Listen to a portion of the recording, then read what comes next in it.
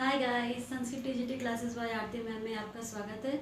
आज हम आपके लिए संस्कृत कवियों की रचनाएं पार्ट 3 लेकर के आए हैं। इससे पहले हम पहली वीडियो और दूसरी वीडियो बना चुके हैं, जो कि आपको नेट जीआरएफ टीजीटी पीजीटी में काफ़ी कारगर और लाभदायक सिद्ध होगी।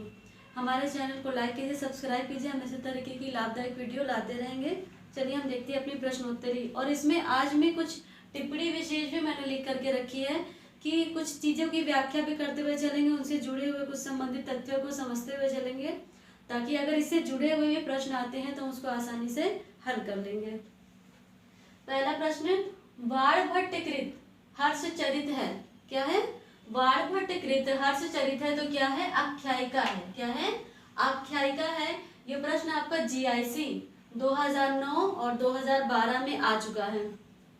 इसमें विशेष ये है कि ये एक अपूर्ण कृति है। वाणभट्ट की जो हर्षचरित है, जो कि एक आख्यायिका है, ये अपूर्ण कृति है।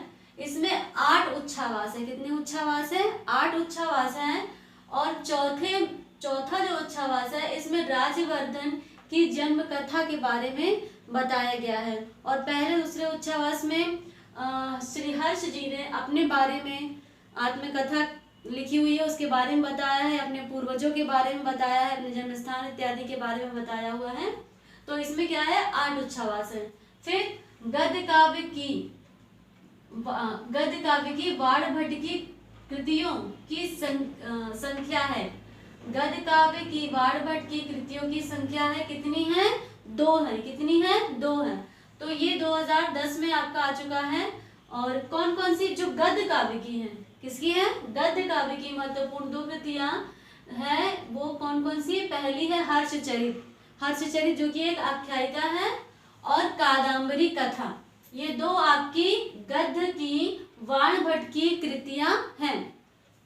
तीसरा प्रश्न, पार्वती परिणय किसकी रचना है? पार्वती परिणय किसकी रचना है? तो ये वाणभट्ट की है। ये 2001 में आ चुका है प्रश्न आपका टीजीटी में। और पार्वती परिणय के अलावा वाणभट्ट की और कौन कौन सी कृतियां हैं? देखिए रचनाएं। मुकुट तांडिक। क्या है? मुकुट तांडिक है, जो कि एक नाटक है। ये प्रश्न भी पूछ लेता है कि मुकुट तांडिक क्या है, रचना है, कथा है इत्यादि। तो क्या है? ये एक नाटक है। फिर कादम्बरी। कादम्बरी क्या है? आपको पता है, कादम्बरी एक कथा है। हर्षचरित। हर्षचरित क्या है? अभी बताया मैंने, एक आख्यायिका है। क्या है? आख्यायिका है। और चंडी शतक इनकी अन्य रचनाएं हैं। फिर वाणभट्ट की कृति नहीं है। देखिए, नहीं है, सत्य, असत्य, इस तरीके के प्रश्न आते हैं। तो नहीं पर और असत्य पर विशेष ध्यान देना होता है। कई बार हमें आती हुई चीजें भी हम परीक्षा हॉल में प्रेशर के कारण गलत कर लेते हैं, इसलिए नहीं पर विशेष ध्यान देना है। इसलिए मैंने इसके नीचे निशान लगा दिया है। तो वाणभट्ट की कृति नहीं, कौन सी नहीं है? तिलक मंजरी नहीं है। कौन सी नहीं है? तिलक मंजरी नहीं है। और कौन कौन सी है? मैंने बताया है आपको, वाणभट्ट की मुकुट तांडिक, कादम्बरी, हर्षचरित, चंडी शतक इत्यादि इनकी रचना है, लेकिन तिलक मंजरी इनकी रचना नहीं है। तिलक मंजरी किसकी रचना है? ये धनपाल की रचना है। किनकी रचना है? धनपाल की रचना तिलक मंजरी है। फिर उसके बाद आपका चंडी शतक किसकी रचना है? चंडी शतक किसकी रचना है? तो चंडी शतक आपकी वाणभट्ट की रचना है। किसकी रचना है? वाणभट्ट की। एक ट्रिक भी मैंने बनाई है, जैसे पेपर में आ जाए कि चंडी शतक किसकी रचना, आपको ना आए तो ट्रिक देखिए क्या है। चंडी का वाण चला। किसका चला? चंडी। चंडी से आपका चंडी शतक हो गया, है ना। और वाण से आपका क्या हो गया? वाणभट्ट हो गया। चंडी का वाण चला, यानी कि चंडी शतक किसकी रचना है? तो वाणभट्ट की रचना है। फिर वैराग्य शतक किस प्रकार की रचना है? वैराग्य शतक किस प्रकार की रचना है? तो वैराग्य शतक आपकी क्या है? खंड काव्य है। क्या है? खंड काव्य। भर्तृहरि ने 3 शतक लिखे। कौन कौन से लिखे? 3 शतक लिखे। ये 3 शतक है, नीति शतक, श्रृंगार शतक और वैराग्य शतक। पहला शतक इनका नीति है, फिर वो श्रृंगार शतक लिखते हैं, और फिर लास्ट में वृद्धावस्था तक आते हैं कहा जाता है। तो उन्होंने वैराग्य, क्योंकि बुढ़े हो जाते हैं तो भगवान में ज्यादा मन लगने लगता है, अधिकतर, है ना, अधिकांशतः, तो वैराग्य शतक है। फिर 9वां प्रश्न आपका है, तर्क संग्रह लेखकों। तर्क संग्रह से लेखकों अस्ति तो तर्क संग्रह के लेखक कौन है? कौन है? अन्न भट्ट है। कौन है? अन्नम भट्ट है। ये पेपर में आपके GGIC में 2015 में आ चुका है, और इसके पहले जो चंडी शतक है वो PGT 2011 में आ चुका है, और बाणभट्ट हर्षचरित आख्यायिका आपकी GGIC में आ चुकी है। फिर उसके बाद आपका अगला प्रश्न क्या है? बाणभट्ट मथुरानाथ शास्त्री नाम, बाणभट्ट मथुरानाम शास्त्री नाम रचितस्य क्या है? भट्ट मथुरानाथ शास्त्री नाम रचितस्य भक्ति काव्यस्य नाम अस्ति। तो क्या नाम है इनका? गोविंद वैभवम। जिन्होंने क्या लिखा? भक्ति काव्य लिखा। कौन सा? भट्ट मथुरानाथ शास्त्री नाम रचित भक्ति काव्यस्य नाम अस्ति क्या है? गोविंद वैभवम। ये प्रश्न आपका KVS TGT 2013 में आ चुका है।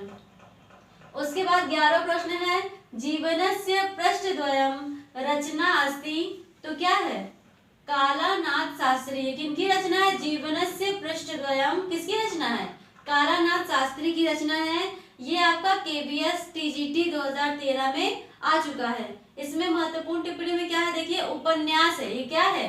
जो जीवनस्य पृष्ठद्वयम् है, ये क्या है? उपन्यास है। किसकी रचना है? कालानाथ शास्त्री की रचना है। फिर इनकी अन्य रचनाएं क्या है? सुधी जन वृत्तम, जो कि जीवनी संग्रह है। क्या है? जीवनी संग्रह है। किनकी रचना? कलानाथ शास्त्रीणः। क्या है नाम है? कलानाथ शास्त्रीणः। इनके उपन्यास कौन है? जीवनस्य पृष्ठद्वयम् और सुधी वृत्तम, जो कि जीवनी संग्रह है, इनकी रचना है। फिर 12वां प्रश्न है, कथा साहित्य के रचनाकार के रूप में किसकी गणना नहीं है? नहीं, देखिए नहीं आया है यहाँ पर, नहीं है। किसकी रचना नहीं है? किनको कथा साहित्य के रचनाकार के रूप में गिना नहीं जाता, गणना नहीं की जाती? तो नरहरि है। कौन है? नरहरि है। ये प्रश्न आपका PGT 2016 में आ चुका है।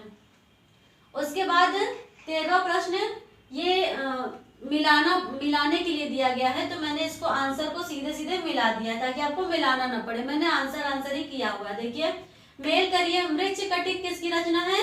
शूद्रक की रचना है। किसकी रचना है? शूद्रक की रचना है। वेणी संहार किसकी रचना है? भट्ट नारायण की है। किसकी है?